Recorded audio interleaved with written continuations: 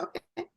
So we have our first guest. We have an amazing lineup, as we always do. Our first guest is signed in twice, so I'm not sure which device she wants to use, but once she decides, then we can turn the other one off because it will create feedback and um, noise issues.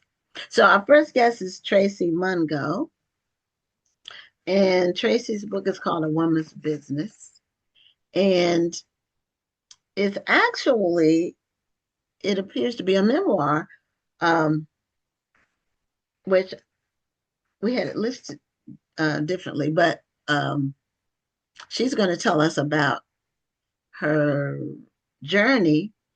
And Tracy, if you could, whichever device you want to sign in on, because when there's duplicate sign ins, what happens is there's feedback, there's audio feedback, which affects the interview. So now this one, it seems like you're kind of broken up. Your movements are kind of slow. I don't know if it's your internet um, connection. It So could is be a this problem. your laptop or your phone that you're on right now? Oh, we need to unmute so we can hear you. I'm not sure which one. Oh, this one. Hello, I'm on a laptop. Okay. You're moving kind of, your movements are like breaking up, like it's buffering. So the other one that you signed in on, is that your phone? No, I didn't sign in on my phone. Wait. Well, you're signed in twice. So I don't know what the other device is. Okay, let me see. We can try to make this work, but normally what happens is if a person is like their movements are not smooth, then that normally means there's an internet connection issue, and later on in the interview you might freeze or Okay, I think it might be good now. I think I might have logged in twice. oh, on the same device. Yeah. Okay. Well, I Can you don't hear hear any me feed. now? I can hear you now, and the other device you have the mic off. The other sign in has the mic off, so we should be good, hopefully. So we'll see. When it's live, anything can happen, but we Yeah. make it work. Remove the inactive one. Yeah, I removed it. Well, it's still showing, but I can remove it on my end. Right. So I'll do that, and then we only have one showing. Hopefully, it won't affect anything. We'll find out. Okay, so um, there we go. Okay, so Tracy Mungo, welcome to Black Authors Thank Magazine TV. you. You're welcome. And your journey, A Woman's Business, is the name of your book, and your journey. You said it took you 35 years, more or less, to document your journey. So tell us about the impetus for writing your book. What It was a crucial event in your life, and I'll let you tell it. Um, Yeah. Well, the book is actually a historical fictional novel. It's not a memoir. okay, that's why we had you listed as a historical fiction author. But then when I read what you said, I said, oh, okay. So, Yeah. all right. So we were correct. Okay. Okay, no problem. No Mhm. problem. All right. Yeah, So a yes. woman's business is not your life story, but you had something happen in your life, which I think people might be interested in hearing about, especially since you overcame it. Yes, absolutely. Would you like for me to share that now? Yes. Absolutely. Mhm. Okay, great. Thank you. Thank you both for having me. I'm so very excited to be here. But we're happy And to have you. thank you so much. I appreciate it, Rhonda. So what occurred in my life, being, a working, busy woman, I worked my whole entire life. But I had an incident December 18th of 2022. My bags were packed and I was on my way to Ghana, West Africa, December the 27th. and I had a brain aneurysm, Mm. which caused me to have a stroke. The brain aneurysm was caused by a congenital condition that I didn't know that I had. And I was basically a walking time bomb my entire life. I could have had the aneurysm at any time. Mm-hmm. But the beauty of God and his miracles is that only 6% of people who have aneurysms survive. Wow. 6%. And also the fact that I wasn't there in Ghana when it happened is Mm-hmm. also a blessing, because as one of my doctors told me, I probably would have came back to the States in a bag Mm-hmm. Yeah. had it happened. So it's just a blessing. I always loved reading. I started reading as a child.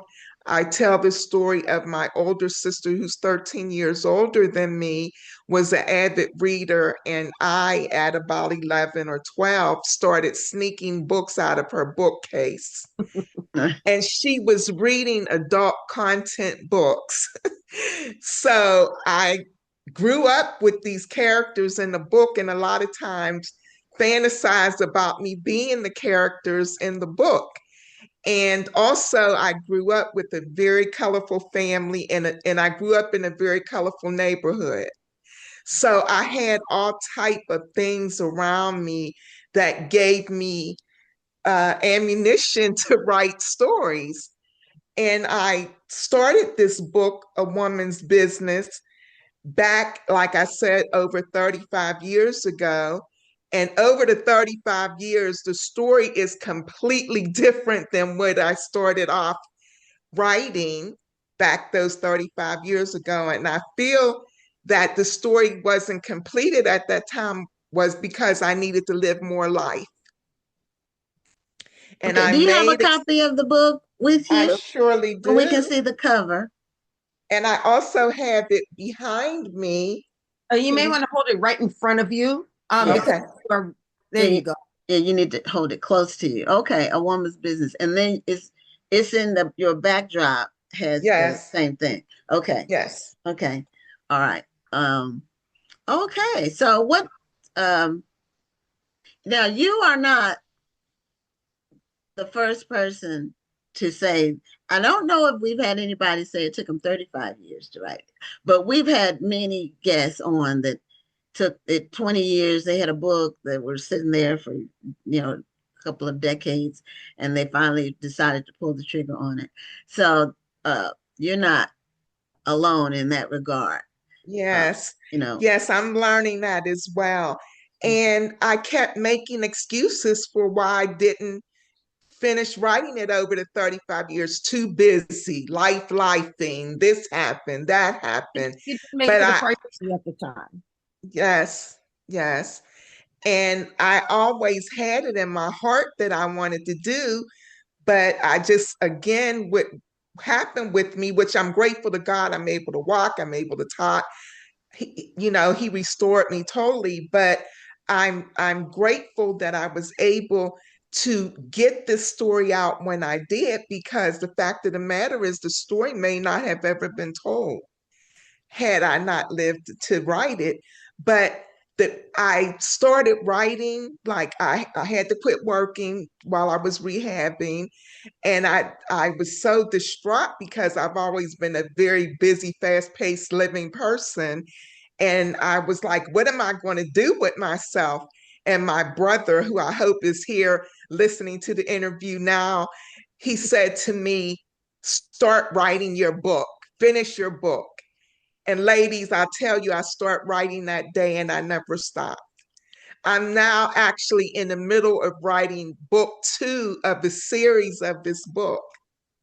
well, good for you. And what's going to be the difference for in book 2? The difference in book 2 is I'm following one of the characters from book 1. So Okay. the series of books is going to be generational, and it's going to cover different characters in the book. Okay, now what time period? You say historical fiction. What time period is the setting for the book? The book is set in the 1920s. And the reason why I picked the 1920s is because it's my favorite era for dress. I love fashion. And it's my favorite era for the way that the women were classy, sophisticated. And I really felt like I wanted to bring the women of that era to the forefront. And these women are strong Black women in this family of the Book of Women's Business. And the people at that time of the 20s were just fresh basically off of, slavery being abolished. And they're going through all of this, but they still found a way to be sophisticated, classy, and it's the beginning, of the Harlem Renaissance is beginning, and these people from this period, they were able to come through all they came through and still made themselves shine. And to me, that was the beauty of that period. Okay, yeah, actually, it was 50 to 60 years after slavery. So there were still some people living during that time who Yes, were actually slaves. absolutely. And this Mhm. book follows a group of women who were enslaved from Ghana. I'm big into ancestral research as well, and I did my DNA and I found that I have Ghanaian ancestry. And so that was why I wanted to pay homage to Ghana by writing about these enslaved women, previously enslaved women coming from Ghana. And so that was my purpose for making it that period. Okay, interestingly, that our next guest is a first generation Ghanaian. Oh, wow. Our next, the author, she's Okay. first generation Ghanaian. So that was, Look at that. That's yeah, look that's at a, that's a that. sign. That's Yeah, confirmation. that's a sign. Yes. uh, so when you were writing your story, how did you decide where you wanted them to, the generations, the woman's business part? Are they in business? Is it about an entrepreneur, or is it just saying a woman's business, like, you know, her is my business, like that?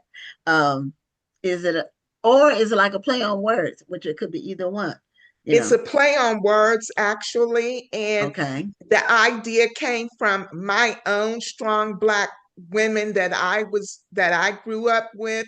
I was very fortunate enough to know two of my great grandmothers. And when I tell you I come from a group of strong Black women, which we all basically have, but I feel like mine were probably the strongest of the strong.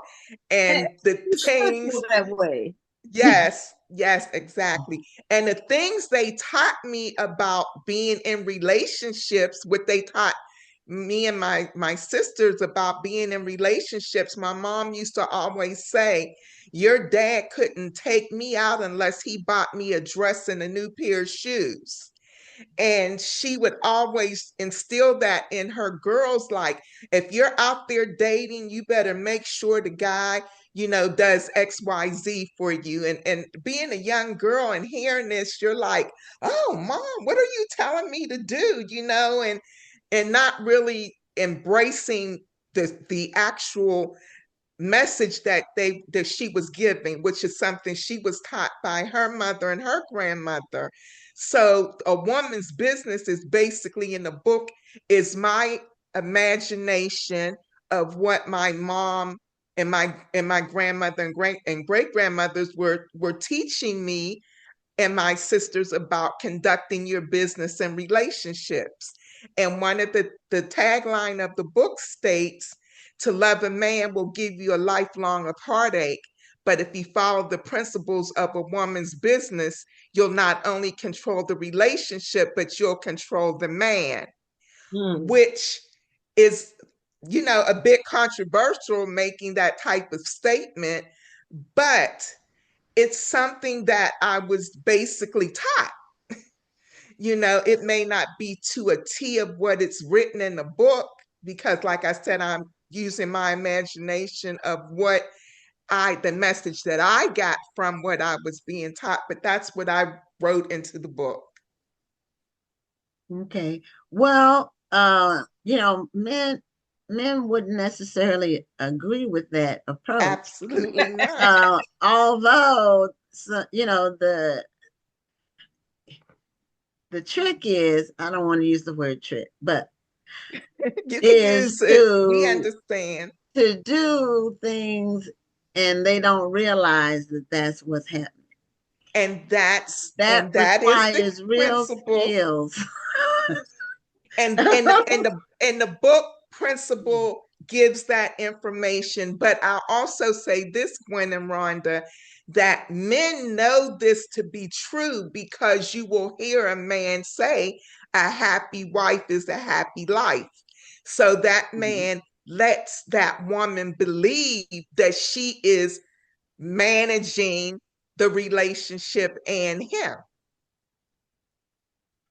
Well, yeah, that's true. Like I say, it needs to be somewhat subtle or very subtle because it can backfire real quick. So Absolutely. yeah, it But can backfire. the book details it to a T. There's a chapter in the book called The Blueprint. Okay, now what's your main character's name? I forgot to ask you that. My main character is May Rose Jones, and that's the beautiful character you see behind me and who's on the front of the book. And Okay. I gave May Rose a life of her own because when I was promoting the book, I featured May Rose and I did a lot of animation and I bought her to life. And I actually had people ask me, who is that? I've had some men basically say, who's that girl you keep posting on your social media? Because I believe, and a lot of other people believe, that she's just a gorgeous Black woman. And I did that purposely because I wanted to pay homage to the Chocolate Sisters. We get a lot of books with beautiful red bone women with long flowy red hair in a lot of the books covers that we see, but we rarely get book covers with dark chocolate skinned woman. So that was the purpose of me making May Rose a dark complected woman. Mhm. Yeah, that's happening more though more recent years. We are Mm-hmm. getting more melanin on the covers, for lack Yes. of a better term. Mm-hmm. So, how is your book doing? When did it come out? When did it It come out? came out December the 9th of 2025. Okay, all right. Yes, so it's still a baby right now, but Okay. it is doing extremely well. I'm so pleased. I mean, to have, just like today, I had two people who I personally know reach out to me to let me know that they got their books, one this weekend and one today, and they were so excited about it and couldn't wait to read it. So people are really supporting, based on statistics that I've seen. It's actually performing well, better than most books at this time, and me being a first time author, so I'm just extremely pleased.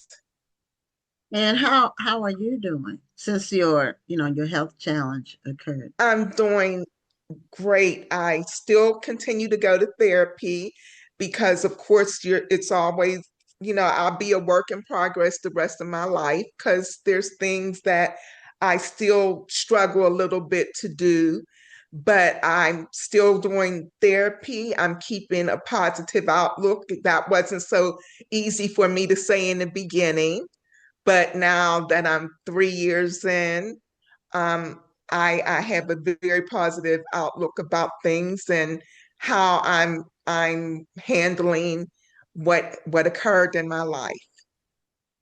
Well, you definitely are blessed in that you were home based when it occurred, Yes. because Right. being overseas or in another country where you don't speak the language and you don't know the system, it would have been very, very challenging, very, very difficult. Or on the airplane, because that's a long plane ride. Exactly. That's So, exactly right. My That dream, has happened.